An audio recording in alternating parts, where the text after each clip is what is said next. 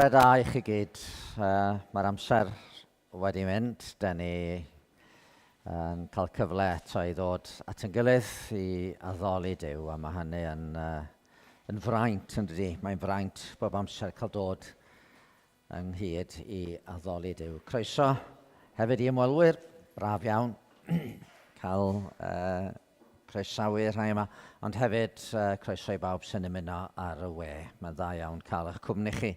A da ni'n gweddio bydd Duw yn bendithio ni gyd efo yn gilydd.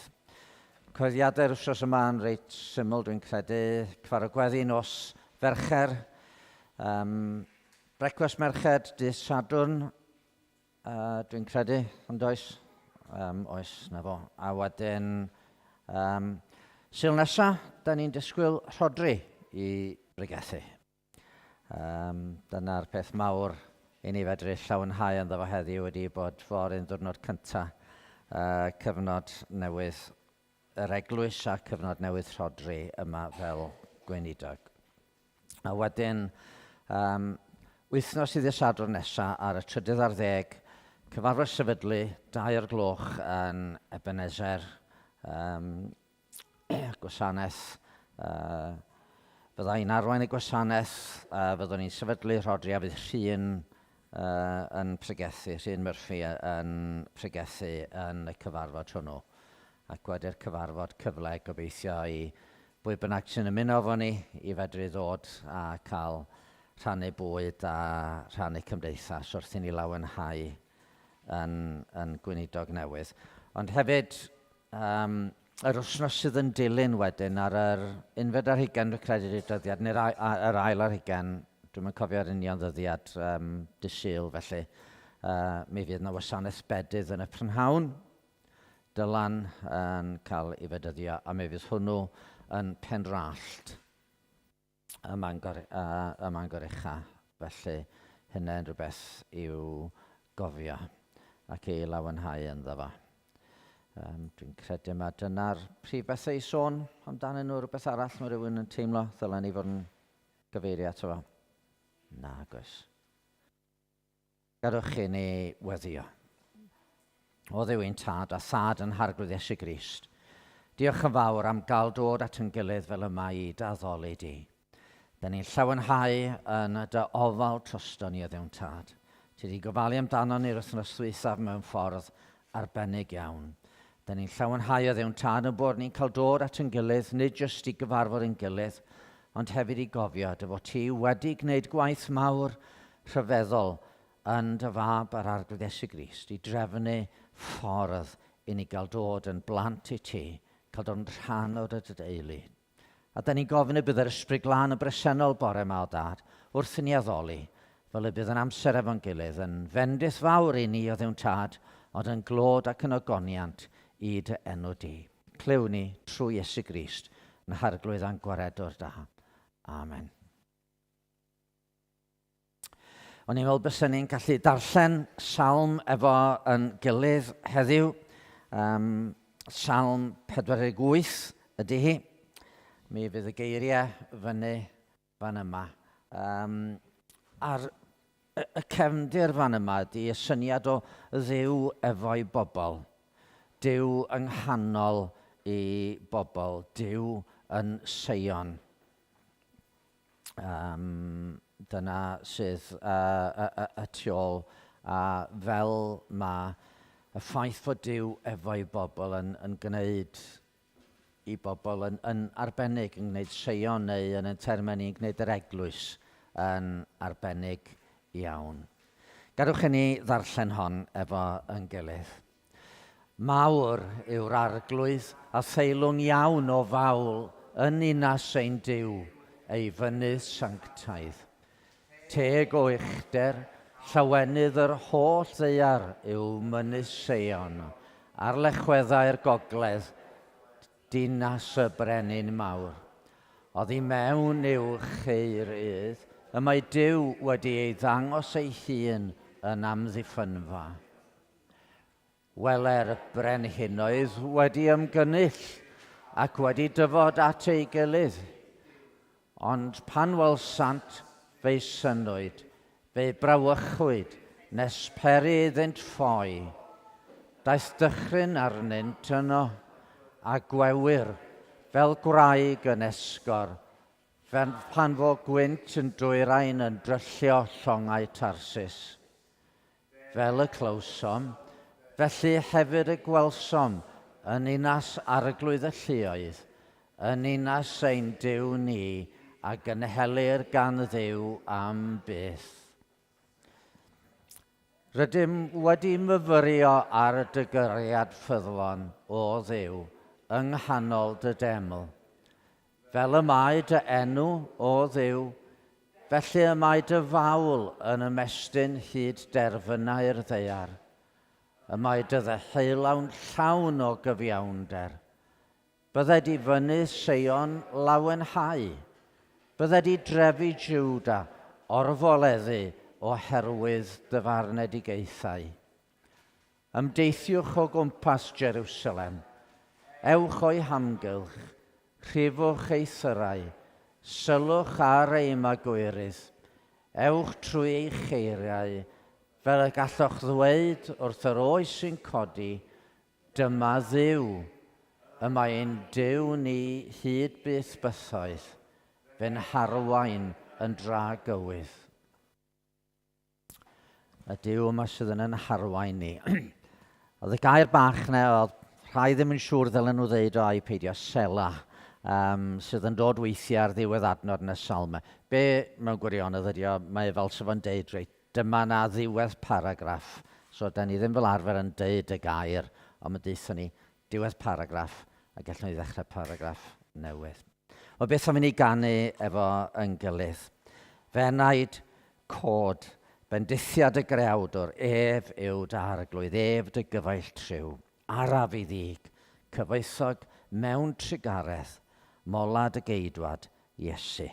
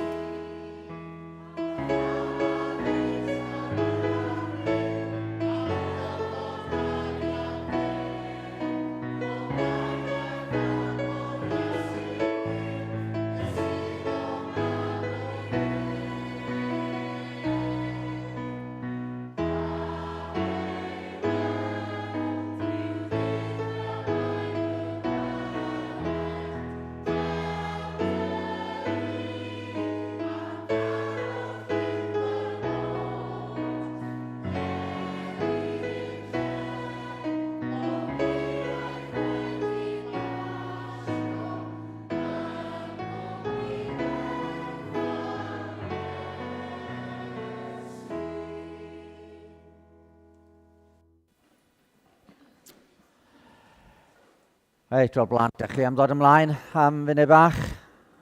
Mae gen i ofn, mae llawr ydy'r lle i chi unwaith eto. Y cadeiriau'r plant wedi diflannu, so mae'n gret cael gweld cymaint ohonoch chi yma. Digon o le i bawb. Reit, gret. Pawb yn iawn? Ydych? Ydy rhywun ddim yn iawn? Na, ydych chi gyd yn oce? Reit, da iawn. Reit. Pwy sy'n hoffi fan yma cael bod yn fos? Mae rai o'na chi'n ddigon gonest i ddeud i rhoi dwylo fyny. Bod yn gapten tîm neu bod yn deud sut mae gêm yn mynd i weithio neu rhywbeth fel yna. Wel, mae braf weithiau bod yn bos, ond weithiau dyn ni ddim yn hoffi bod yn mewn lle mor amlwg felly. Ond mae gen i lun i ddangos i chi rwan ar y sgrin. Pwy fan'na?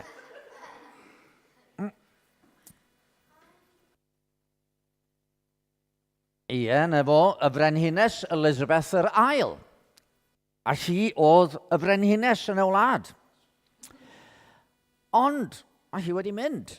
A dydd Sadwrn nesa, yna rhywun arall yn mynd i gael coron. A sgawn ni llun nesa. Y brenin Charles. Charles y trydydd. Wel, os ydych chi'n gwybod chydig bach am hanes Charles y cyntaf a Charles yr ail, falle chi ddim yn cyn iawn ar gael yr enw Charles y trydydd, ond mater arall di hynny. Ond mae o, dydd Sadwrn, mae yna seremoni fawr yn mynd i fod yn Llundain. Neb yma wedi cael ei gwahoddi fynd, nag oes?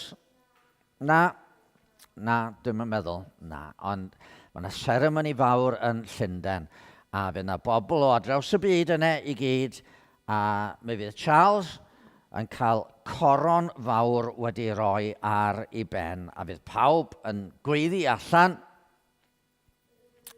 God save the king, fydden nhw'n deud. Long live the king, fydden nhw'n deud. A fydden nhw'n hytrach yn ei canu God save the queen, maen nhw'n canu rwan God save the king. Chos fod i'r brenin, rwan be mae brenin fod wneud?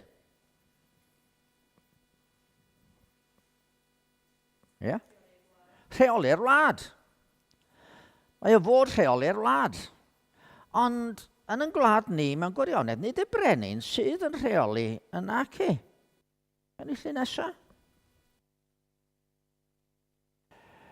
Rishi Sunak, fod i'r prif weinidog, a mae ganddo fo cabinet, maen nhw'n galw, nid cwpwrdd ydi o, ond criw o bobl sy'n mynd i fod yn ei helpu fo. Ac a wedyn maen nhw yn yr adeilad mawr, da ni'n cael y llun nesaf. Adeilad mawr yn Llundain, enw'r adeilad yna ydi Palace Westminster.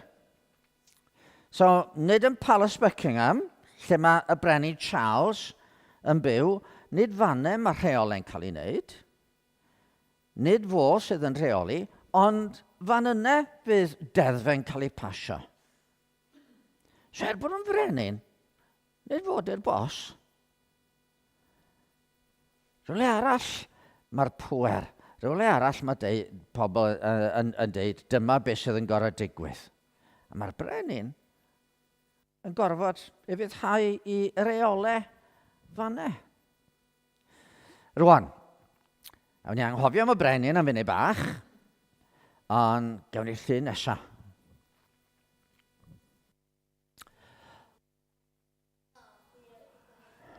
Fory, mae rhywun arall yn mynd i fod yn arwain yr eglwys yma. Rhodri. A dyna efo Gweno i'w wraigo, a Llio a Lleici. Maen nhw'n dod, a mae Rhodri yn mynd i fod yn harwain ni. A mae'n mynd i fod yn deitho ni be i wneud. Mae'n mynd i fod yn agor y Beibl, yn egluro'r Beibl i ni, a mae'n mynd i fod yn helpu ni i wybod beth dyn ni'n wneud. Ond, nid Rhodri ydi bos yr eglwys.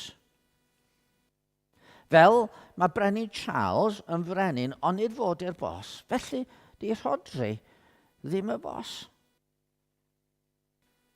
A pwy di'r bos felly?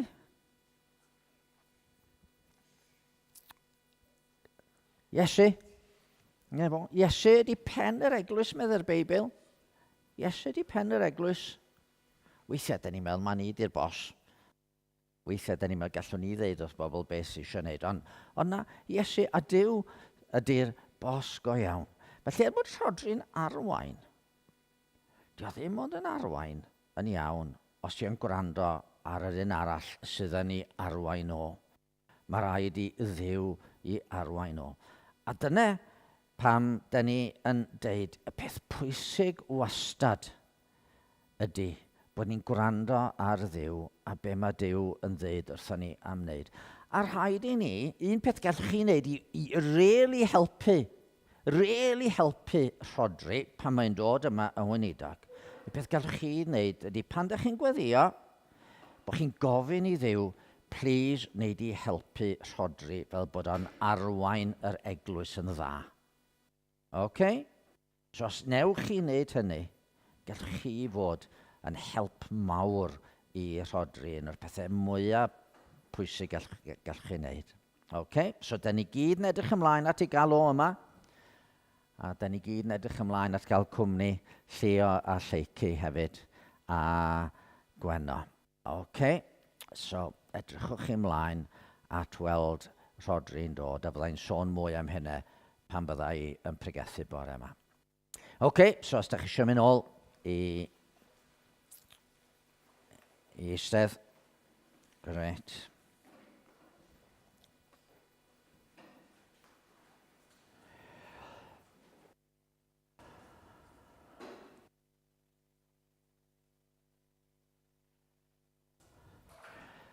Gadwch chi ni droi at yr arglwydd mewn gweddi, gadwch chi ni weddio.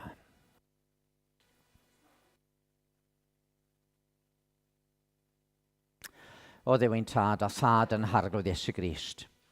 Da ni'n troi ato ti y bore yma yn ddiolchgar am dyddaioni mewn cymaint o wahanol ffyrdd. Da ni ddiolchgar am y bendithion da ni wedi cael yn ystod yr wythnos sydd wedi mynd heibio. Da ni ddiolchgar am y tywydd braf diwedd yr wythnos. Da ni ddiolchgar o Dduw tad am yr iechyd sydd ganddo ni. Ddiolchgar am gwmni, teulu a ffrindiau. Cymaint o bethau da ni yn ei cael o dy law di o ddydd i ddydd. Ond da ni'n gwybod o Dduw tad, mae nid jyst dod i fod yn rhoi pethau i ni wyt ti. O ti hefyd yn Dduw sydd am yn harwain ni. O ti'n Dduw sydd am i ni fyw mewn ffordd arbennig. O ti am i ni gredu yn yr arglwydd yn dy fab, yr arglwydd Iesu Grist oedd yn fonais i'r byd ar yn mwyn ni. Ac o ti am i ni fyw yn ifydd iddo fo. A da ni angen arweiniad o Dduw tad.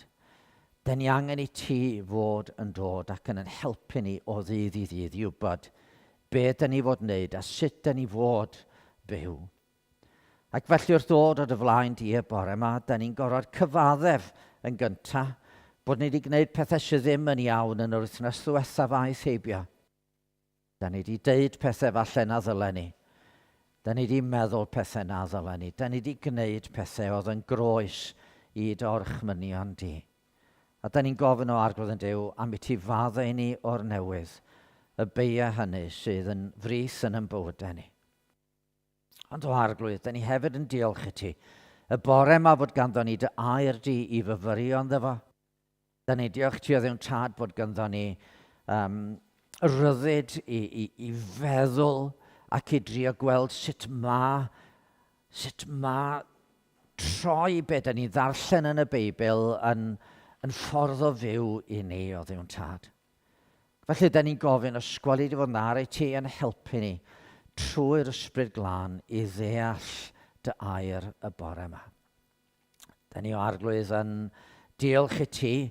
Mae y neges fawr yn y Beibl ydy dy fod ti di'n caru ni a danfon yr arglwydd Iesu Grist i farw drosto ni ac i dynnu ymaith y rhwystyr mawr yn rhyngddo ni a ti.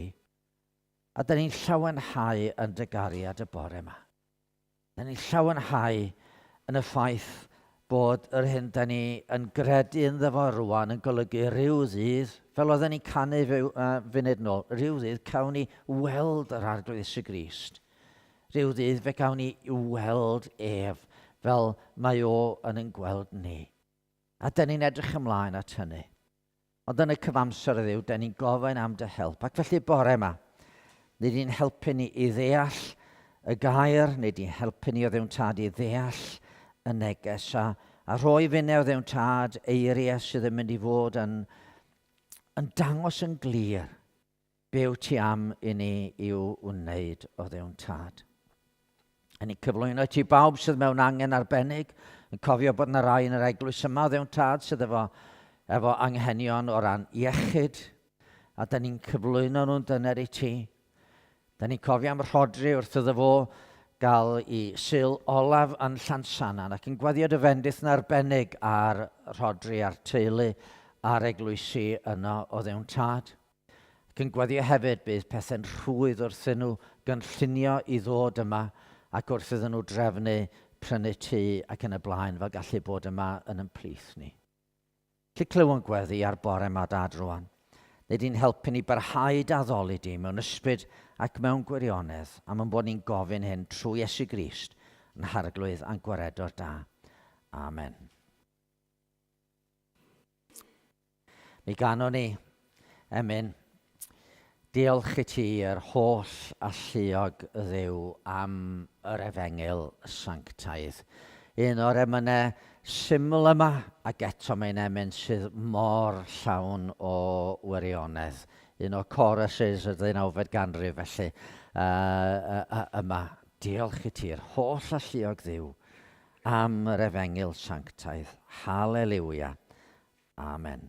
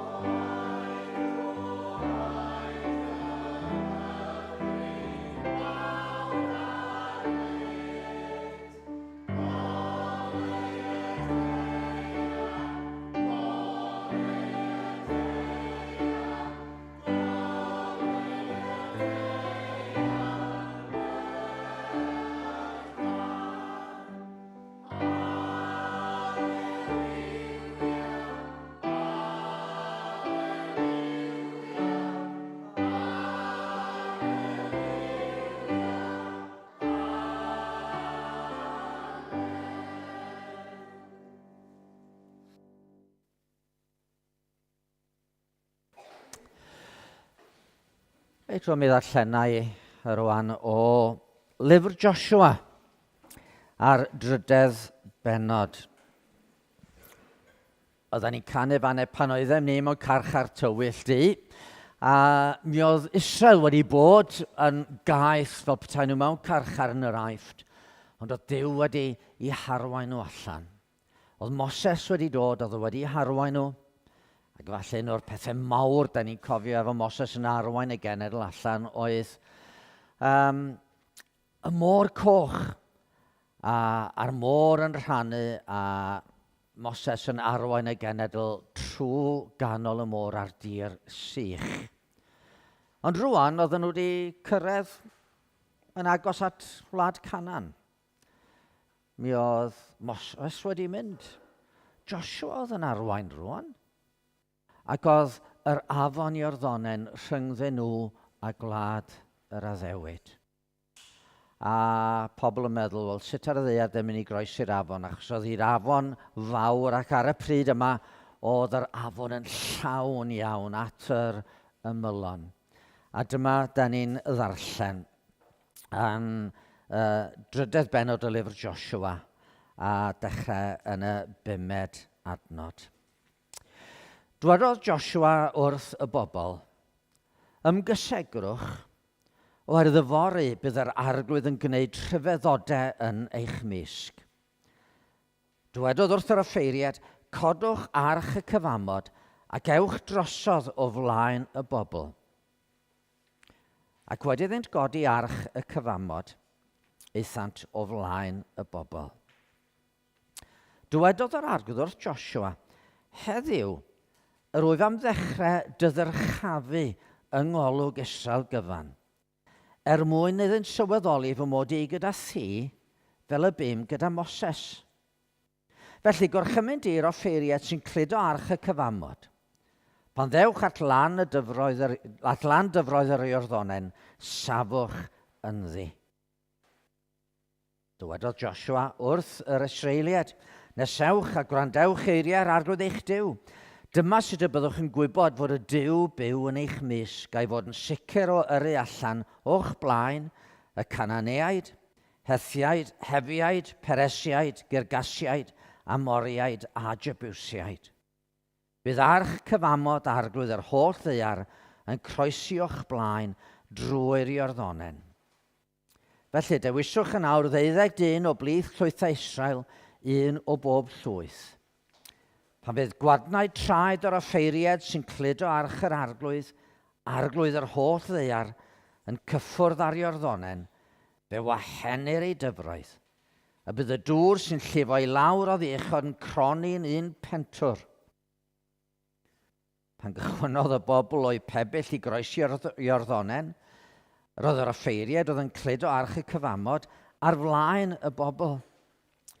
Yn awr bydd yr Iorddonen yn gorlifo i glannau holl ddyddiau'r cynheuaf. Ond pan ddaeth cludwyr arch yr arglwydd at yr Iorddonen, a thraed o'r offeiriad oedd yn cludo'r arch yn cyffwrdd ag ymyl y dŵr, cronodd y dyfroedd oedd yn llifo i lawr o ddiechod, a chodyn un pentwr ymhell iawn i ffwrdd yn Adam, y dref sydd gerllaw Sarathan. Darfyn llwyr am y dyfroedd oedd yn llifo i lawr tua môr yr Araba, y môr marw, a chroesodd yr holl bobl gyferbyn a Jericho.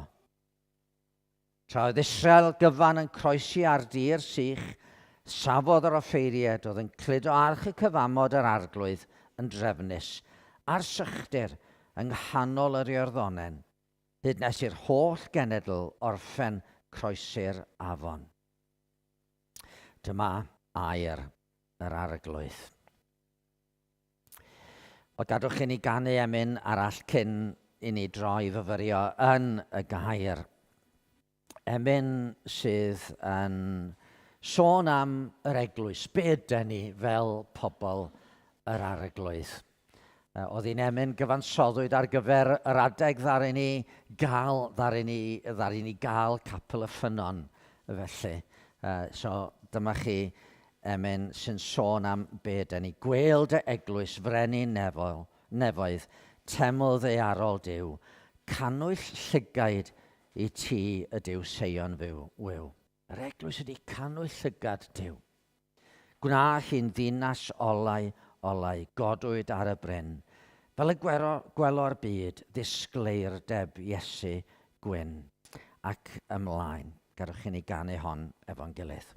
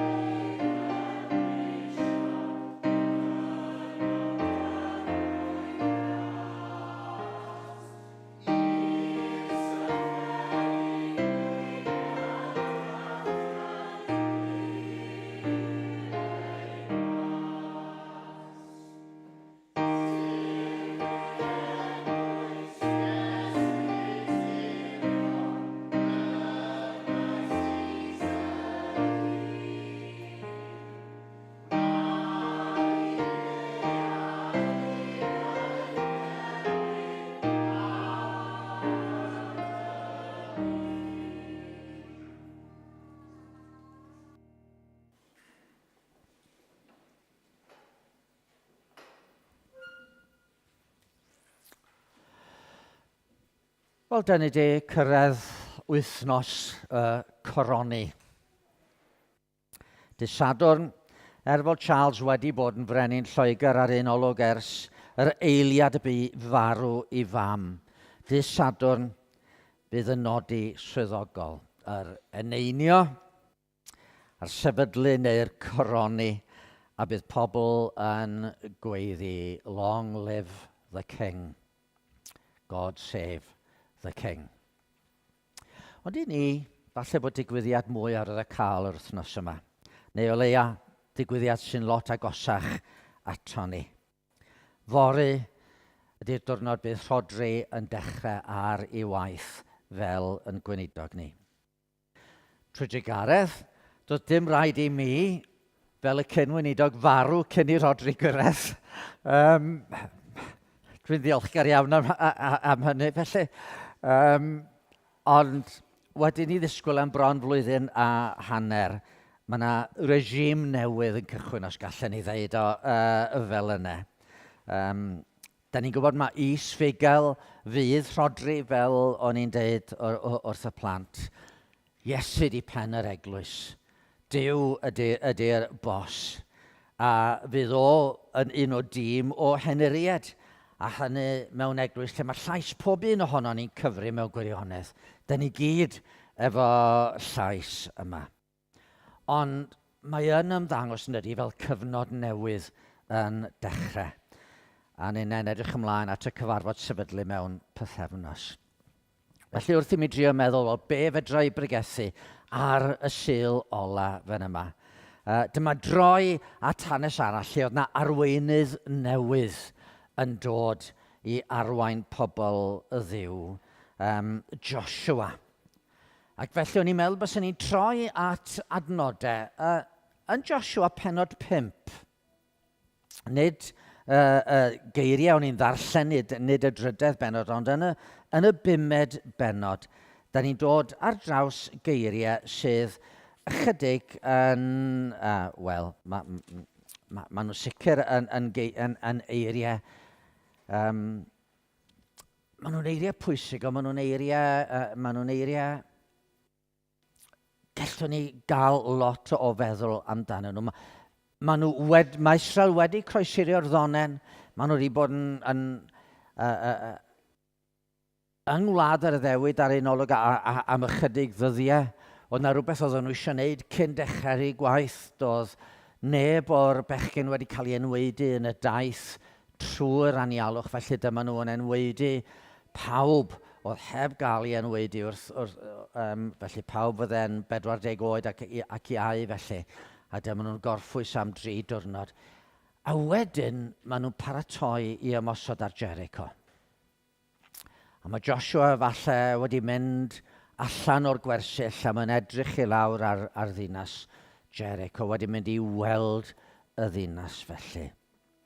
A da ni'n darllen ym Mhenod 5 ac adnod 13 gallwn ni gael yr adnodau fyny rwan. Tra oedd Joshua yn ymyl Jericho, cododd ei lygaid a gweld dyn yn sefyll o'i flaen a'i gleddyf noeth yn ei law.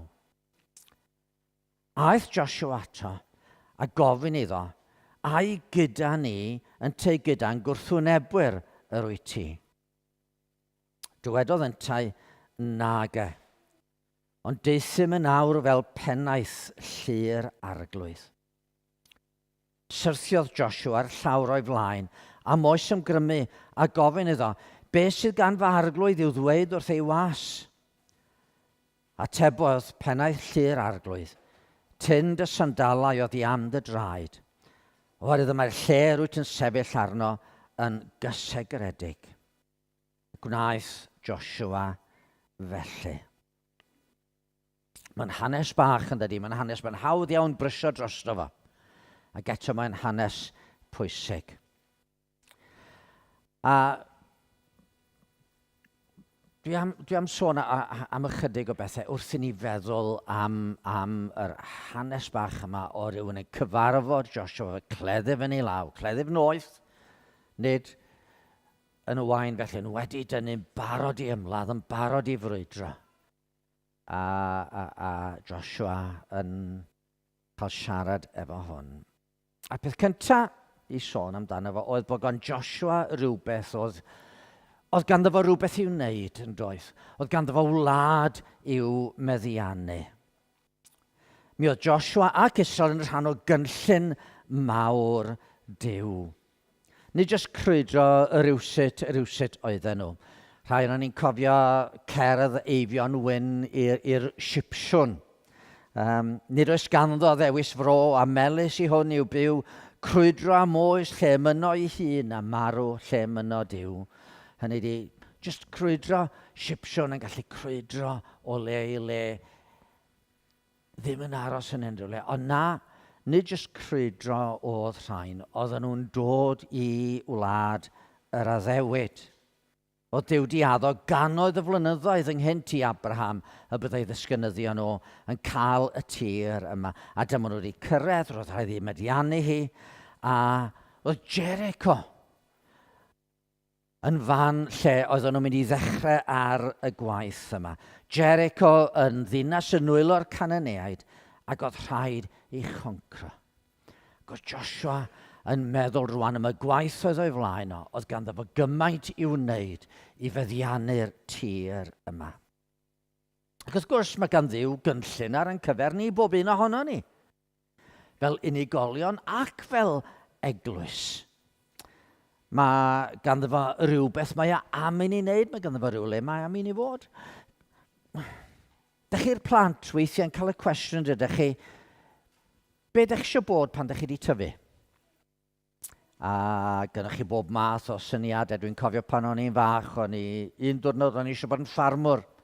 Diwrnod nesaf o'n i eisiau bod yn forwr, neu peilot awyren, neu astronaut, neu bob math o ryw bethau. A ar ryw ddydd, da ni'n gorau penderfynu ar lwybr be da ni eisiau i wneud. Cael bod yn bildroediwr, yn ddawnswr, bale, yn feddyg, yn brif weinidog, beth bynnag. Da ni'n gorau penderfynu be da ni eisiau wneud. A mae Duw efo llwybr i chi i'w ddilyn. Ond fel rhan o'r llwybr, da chi'r plant yn gorfod i ddewis, i ddilyn. Mae yna un peth sy'n rhaid i chi benderfynu. Rhaid i chi benderfynu, ydych chi am ddilyn yr arglwydd Iesu Grist neu ddim? Be ydych chi'n mynd i wneud efo'r arglwydd Iesu Grist? Ydych chi'n mynd i gredu ynddo fo? Ydych chi'n mynd i gymryd o fel eich brenin? Neu ydych chi'n mynd i droi ffordd arall a dweud, na, dwi ddim eisiau i Iesu fod yn fos yn y mywyd i, dwi am fod yn fos yn fy mywyd fy hunan. Ydych chi'n mynd i fynd lle mae o'n mynd i'ch arwain chi? Neu ydych chi am fynd eich ffordd eich hunan hebddo fo? Mae'n gwestiwn dyn ni gyd yn gorfod ei wynebu, falle wedi wynebu yn hunain ryw dro. A mae hwnna'n gwestiwn mor bwysig. Ond y cwestiwn i ni, fel yr eglwys rwan, wrth feddwl am Rodri'n dechrau i waith efo ni yfory, ydy, wel be di cynllun Duw ar yn cyfer ni? Fel y gyroedd gan Israel wlad i'w concro, felly mae gynno ni bethau dylen ni fod yn ei gwneud nhw. Mae gynno ni waith enghraifft i rannu y newyddion am yr arglwydd Iesu Grist i'r ardal yma da ni'n byw ynddo fo. Hynny di, da ni yn eisiau concro pobl, nid fel Joshua yn mynd i ladd pobl yn brwydro a lladd, ond da ni eisiau concro bobl trwy iddyn nhw glywed am yr arglwydd Iesu Grist a gweld rhyfeddod i gariad mawr tuag atyn nhw. Gweld rhyfeddod y gair tragwyddol ddoth yn gnawd. Yr un ddaru fyw am ychydig dros 10 mlynedd ar 20 yma ar y ddaear, a wedyn ath i groes Calfaria fel oen Duw i dynnu y maith pechod y byd. Da ni fod yn ddinas olau wedi gosod ar fryn fel petai i ddisgleirio mewn byd tywyll. Rhan o hynny wrth gwrs ydy hefyd yn bod ni'n cael y newid. Wrth i Rodri'n harwain i ddeall yr ysgrythau'n well, bydd yr ysbryd glân yn y newid ni, a ryw sglein yn dod ar ein bywydau ni, fel y bydd pobl gobeithio yn gofyn i ni'r rheswm am y gobaith sydd ynddo ni. Da ni fod yn oleadau bach bob un ohono ni. Da ni fod yn grist bach, os ydych chi isio, bob un ohono ni. Rhieni yn llewyrchu mewn i fywyd eich plant chi. Yn dangos Crist i'ch plant. Gweithwyr i fywydau eich cydweithwyr. Pob un ohono ni i fywydau'n cymdogion. Os oedd gan Joshua ac Israel wlad i'w choncro, mae gynno ni wlad i'w choncro, mae gynno ni Gymru, mae gynno ni'r ardal da ni byw ynddo fo, i geisio i goncro mwyn yr arglwydd Iesu Grist, fel fod pobl yn dod i gyfleidio y gwaredwr rhyfeddol, a dod i weld gogoniant Duw. A mae gynno ni addewidion rhyfeddol i'w meddiannu. A da ni'n gobeithio ac yn disgwyl ac yn gweddio byddwn ni'n cael yn harwain i wneud hyn wrth i ni alw gweinidog newydd i ddod i'n plith ni. Ond, yn ail, cyn dechrau'r gwaith o goncro'r wlad go iawn, roedd Joshua angen cyfarfod Duw yn doedd. Oedd yn gwybod be oedd y dasg oedd o'i flaen. Yn wir, oedd o'n gwybod be oedd y cam nesaf oedd o'n mynd i gymryd. Oedd o'n gwybod, oedd nhw wedi croesi yr Iorddonen, ddim yn bell iawn o fôr Galilea, ac oedd na ddinas, ac oedd angen concro'r ddinas. Dyma'r man cychwyn. A mae'n siŵr fod yna gwestiynau ni feddwl am y dasg. Be fydd y cynllun tybed? Sut fedrwn ni dorri trwy'r muriau tal sydd o amgylch y gair hon? Gwpl o nosau nôl, o'n i wedi mynd efo Ben ag Anna draw i Lanberis a ddaru ni fynd i gastell Dolbadarn. A dringo mewn, a dringo fyny'r tŵr, ac oedden ni'n edrych allan trwy'r ffenestri cul yna. A meddwl, mor anodd fydda i rywrei ddod a choncro y castell yma. Pan fydde rhai'n sefyll yn y castell yn gallu saethu efo'i bwa saeth ar unrhyw elynion oedd yn trio dod fyny i drio concro. Ac felly fydde Joshua yn meddwl sut fydde i goncro'r ddinas yma sydd efo muriau uchel o'i amgylch. Ac wrth iddo fo feddwl, mae'n gweld un gyferbyn ag rywun efo cleddyf wedi dynnu, cleddyf noeth yn barod i frwydro. A Joshua'n gwneud be fydde milwr yn gwneud yn y sefyllfa yma. Gweiddi allan, friend o fo. Wyt ti efo ni? Neu wyt ti'n yn herbyn ni? A mae'r ateb sy'n dod yn un rhyfedd. A gyda ni, neu ti gyda'n gwrthwynebr wyt ti dywedrodd, ond tai nage. Ond deithim yn awr fel pennaeth llu'r arglwydd. A sylwch ddau beth fan yma. Yn gyntaf, cyn i Joshua byddin Israel fynd i frwydro, roedd yn rhaid i Dduw gyfarfod efo nhw. Bydde mentro ymlaen heb Dduw yn ffylineb llwyr. Pan da ni mewn unrhyw sefyllfa wynebu tasg fawr, mae yna ddwy ffordd yn aml gallwn ni ymateb iddo fo. Un ffordd ydy aros gormod a peidio gwneud dim. Procrastination felly.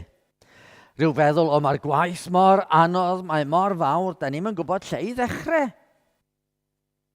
Mae yna heddi haraf Gymraeg yn does, deuparth gwaith i ddechrau. Rhan fawr o'n ydy dechrau. Gallwn ni aros nôl a peidio gwneud dim, a mae hynny'n berygl i ni fel eglwys, yn bod ni yn oedi rhag mentro rhannu'r efengyl yma efo pobl. Mae'r ffaith fod cymaint o bobl yng Nghymru ddim hyd yn oed, plant yng Nghymru, dyn nhw'n gwybod hanesion y Beibl hyd yn oed. Cymaint yng Nghymru ddim yn gwybod be di'r efengyl. A mae hynny'n awgrymu bod yr eglwys wedi eistedd yn ôl a meddwl, wel reit, mae'r dasg mor fawr, da ni'n gwybod lle i ddechrau. Da ni'n ofni beth mae pobl yn feddwl ohono ni. Da ni'n eisiau i bobl deimlo bod ni'n gas tuag atyn nhw ac yn y blaen. A'r eglwys wedi bod yn ddistaw yn ytrach nag ymosod ar y byd, bod ni wedi bod yn amddiffyn ni'n hunain a'n cadw'n hunain, me and my small corner felly. So mae hwnna'n un perygl, peidio gwneud dim byd. Ond perygl arall ydy mentro ymlaen yn rhy sydyn, heb yn bod ni wedi paratoi neu ddiogelu fod pob peth yn iawn. Ac yn hermau gwaith yr eglwys, mae hynny'n golygu sgyrhau yn bod ni yn y man lle mae Duw eisiau i ni fod. Fod yn Duw ni efo ni. A da ni'n gwybod yn hanes Joshua, ar ôl concor Jericho, dyma nhw'n mynd ymlaen yn meddwl, reit, mae hwn yn hawdd. A maen nhw'n mynd ymlaen i ddinas Ai, heb ymgynghori ar arglwydd, a maen nhw mewn trwbl. Maen nhw'n cael, milwyr Ai yn gallu concro, milwyr Israel.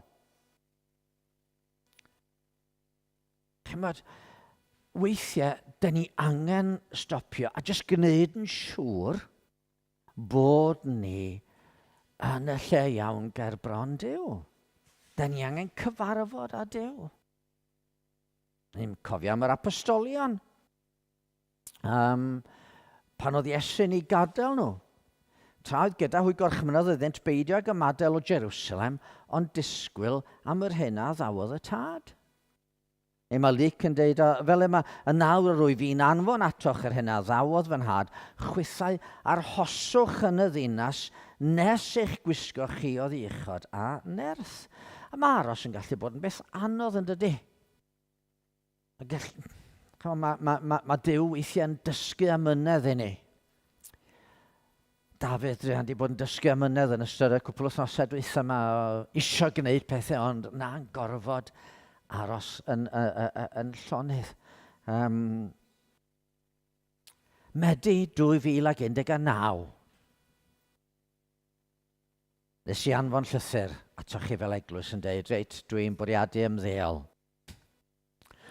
A oedd hwnnw'n rhoi bron 2 flynedd i ni chwilio am weinidog. Ond ar ôl 2 flynedd, dim gweinidog wedi ymddangos, a wedyn gorfod aros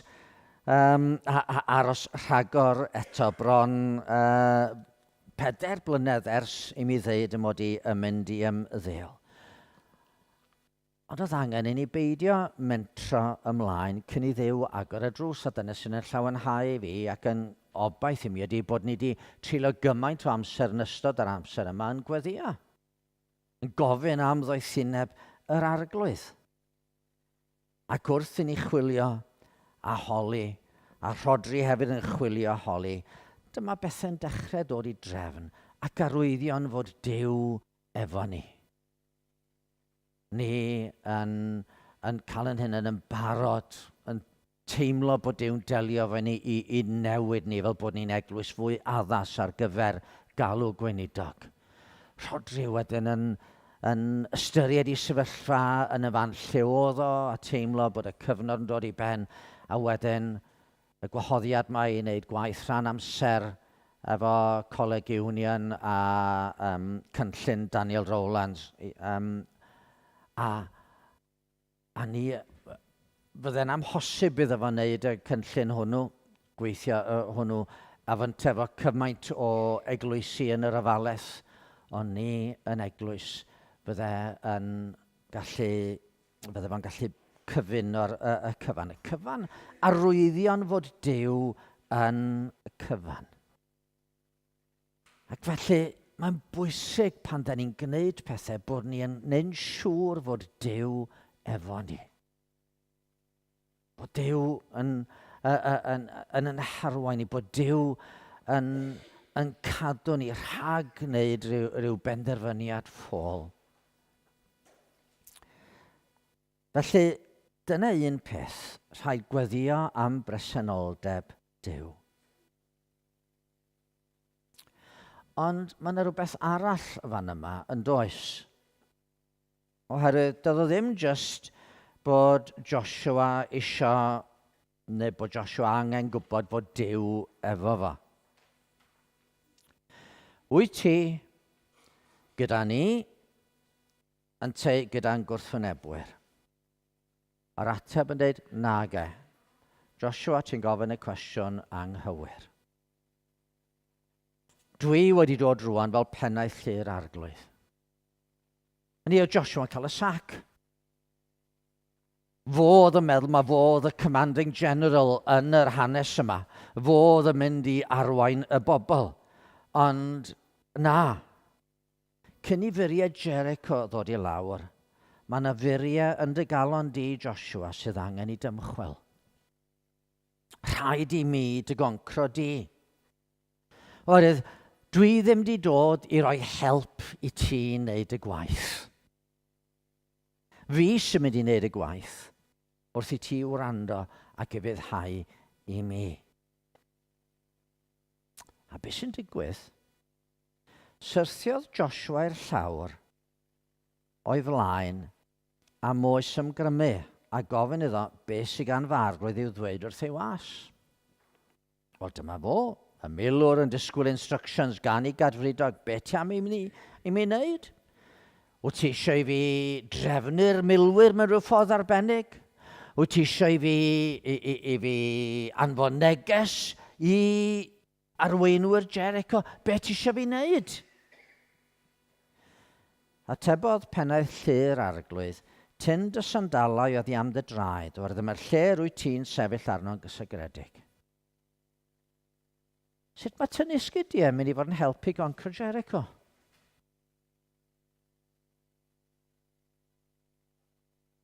Sut mae gwneud hynny yn mynd i fod yn help i gyflawni y dasg yma o feddiannu gwlad yr addewid? Mae Duw fel potau'n deud wrth Joshua, neu Jericho, dim problem i. Ti dim problem i ar y funud.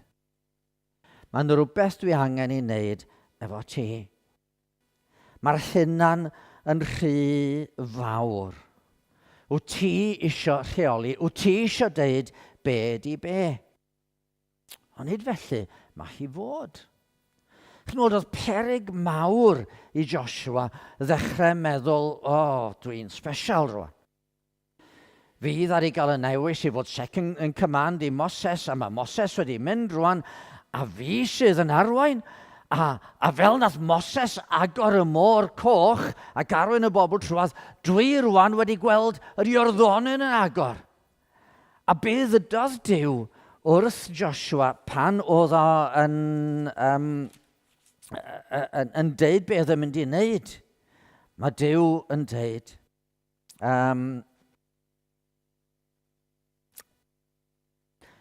dywedodd yr arglwydd Joshua, heddiw yr wyf am ddechrau dy ddyrchafu yng ngolwg Israel gyfan. Mwyn iddynt sylweddoli fy mod i gyda thi fel y bym gyda Moses.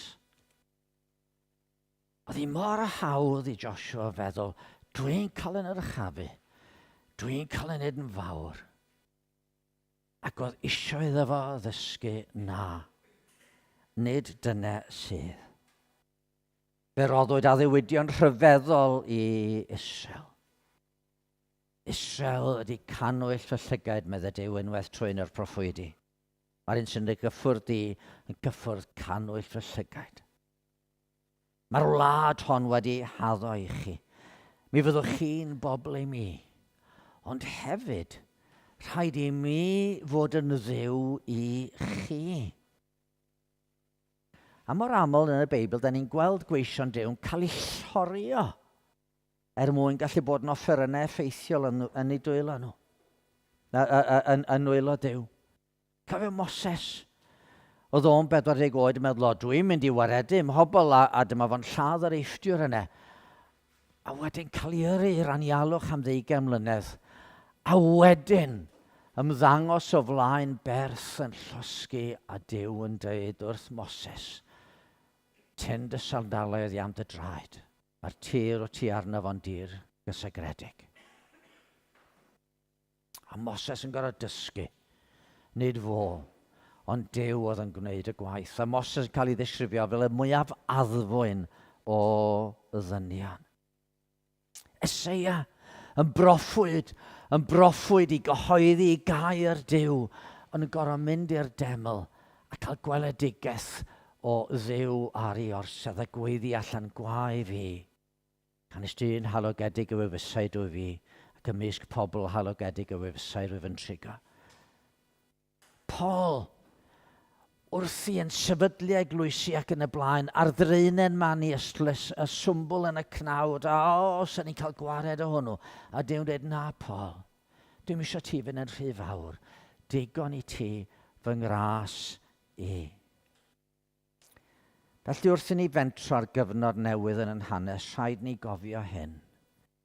Da ni'n mynd gofyn i Dduw ddod ochr yn ochr â ni, i'n helpu ni efo'n cynlluniau. Da ni'n mynd gofyn iddo ddod a bendithio beth da ni wedi benderfynu. Na. Da ni yn dod i ddeud arglwydd, da ni eisiau bod yn dy bresenoldeb di. Da ni eisiau bod yn eglwys sydd yn ifydd i ti. Oherwydd, ti di'r Duw byw. Wyt ti'n fwy na ni. Wyt ti yn holl a lleog. Wyt ti yn ddoethach na ni. Wyt ti'n well na ni.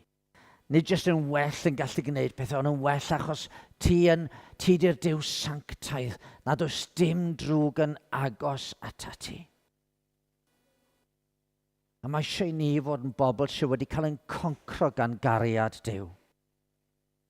Mae eisiau ni fod yn bobl sydd yn gwybod rhywbeth am ofn yr arglwydd. Oherwydd nid un bennes ydy'r eglwys efo gweinidog newydd yn dod i ddeud be di be. Nid democratiaeth mor eglwys efo'r gynulleidfa'n deud wrth y gweinidog, dyma beth yn eisiau ti'n neud.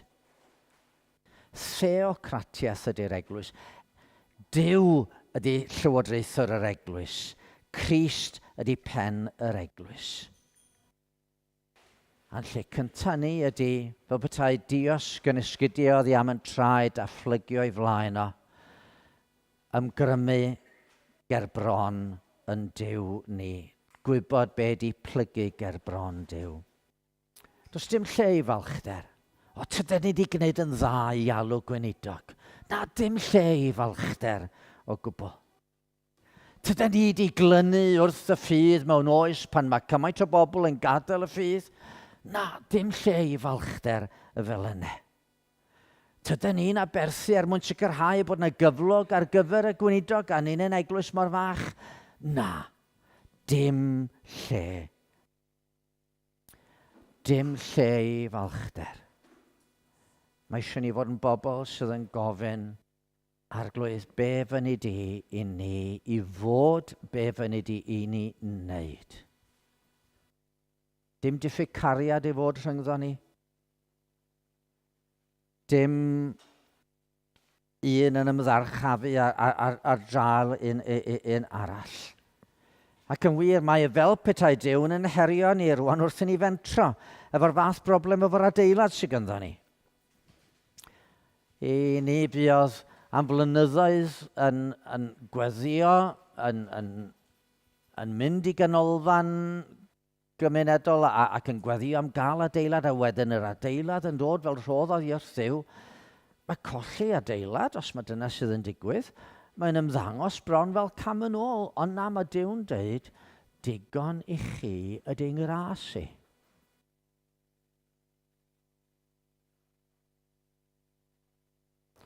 Mae gen i addewidion rhyfeddol ar eich cyfer chi. Mae'r neges dy chi yn eich chario i'r ardal yma yn allu Duw iachawdwriaeth i bob un sy'n credu. Bod hynny'n blant sydd yn dod i ni, neu'n gymdogion, neu'n bobl da ni'n llwyddo i gyrraedd, neu pobl da ni'n gallu denu mewn, neu pobl sydd yn gwrando ar y we. Mae'r neges da ni'n gario yn trawsnewid bywydau pobl. Peidiwch ag ofni y rhwystrau. Mae Crist wedi addo adeiladu'r eglwys a ffyrdd uffern nis gwrchfygant chi. Mae angrediniaeth yn rhemp yn gwlad ni, ond chi yw goleuni'r byd. Ni ellir cuddio dinas a sodir ar fryn. Felly bod eich goleuni lewyrchu gerbron eraill, mwyn iddynt weld eich gweithredoedd da chi a gogonedd eich tad, yr hwn sydd yn nefoedd.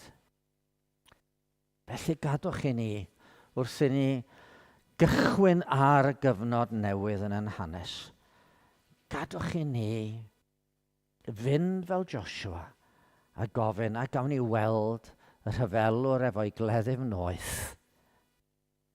Gawn ni weld Crist yn dod ac yn dweud, reit, os newch chi fyddhau mi, dwi'n mynd i'ch arwain chi ymlaen. Fel pen, nid pennau llu'r arglwydd, fel pen yr eglwys yma. A dan ras Duw, trwy drigaredd rhyfeddol o, gallwn ni ddisgwyl bendithion rhyfeddol yn y cyfnod sydd yn dod o'n blaen ni. Ydych chi'n ei weddio? O Dduw'n tad, da ni'n diolch i ti dy fod ti yn galw ni rwan, unwaith eto, i ddod yn ôl, a chofio. Mae pechaduriad ydy ni, pob un ohono ni, a'r unig beth sydd wedi'n gwneud ni'n wahanol ydy dy fod ti wedi garhau, bod ti wedi bod yn rasol. Dy fod ti wedi'n cofio ni, wedi'n caru ni, ac wedi danfon dy fab i'r byd i farw trosto ni. Da ni o arglwydd yn diolch bod yn nerth ni rwan ddim yn dibynnu ar beth da ni'n gallu wneud, ond mae'n dibynnu ar yr un sydd ar dy ddehilaw di yn eiriol trosto ni, ar yr un arglwydd i farw drosto ni, yn eiriol trosto ni, ac ar yr ysbryd glân yn cael ei rhyddid yn y plith ni. Felly o arglwydd yn Duw, os oes yna furiau yn calonau ni rwan, neu di ddymchwel y muriau hynny fel nes di ddymchwel muriau Jericho. Os oes yna falchder yn calonau ni o dad, neu di roi ni'r addfwynder hynny a'r gostyngeidrwydd hynny i fedru plygu ym mhob man i dewyllus di. Ac o Dduw'n tad, da ni'n gweddio byddi di yn gosod y law arno ni, ond yn arbennig ar rhodri wrth iddo fo ddod yma, a rhoi ryw aneiniad arbennig.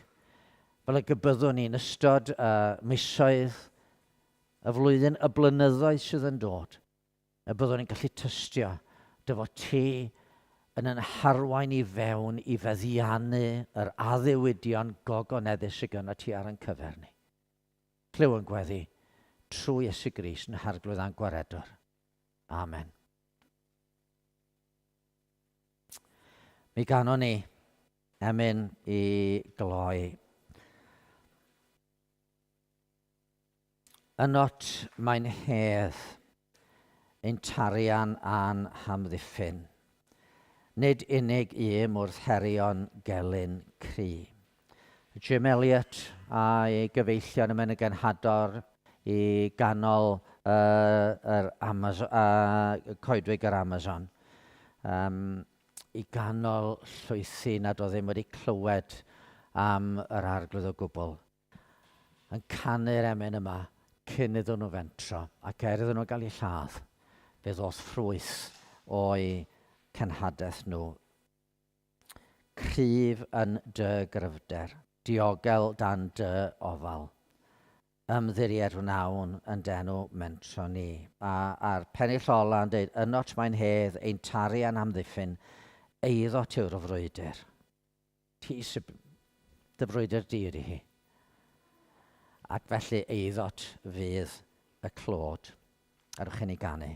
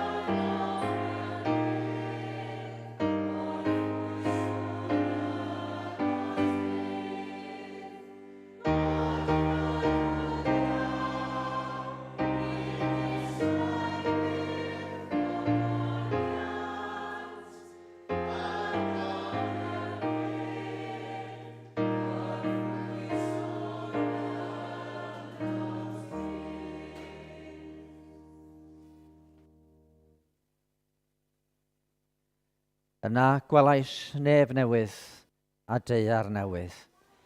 Oherwydd oedd y neb gyntaf a'r deiar gyntaf wedi mynd heibio ac nid oedd môr mwyach. A gwelais y ddinas sanctaidd, Jerusalem newydd, yn disgyn o'r neb oddi wrth Dduw wedi pharatoi fel priodferch wedi thecau i'w gŵr. Arglwydd paratoad y briodferch, yma yn ein plith ni. Gna ni'r hyn ddylen ni fod fel eglwys, ac yn y misoedd sydd yn dod, gadael ni brofi cymorth yr ysbryd, fel y byddwn ni'n gallu gweld ac adnabod Crist yn well, a byddwn ni'n gallu dangos Crist yn well i'r gymdeithas dyn ni'n byw ynddi. Amen.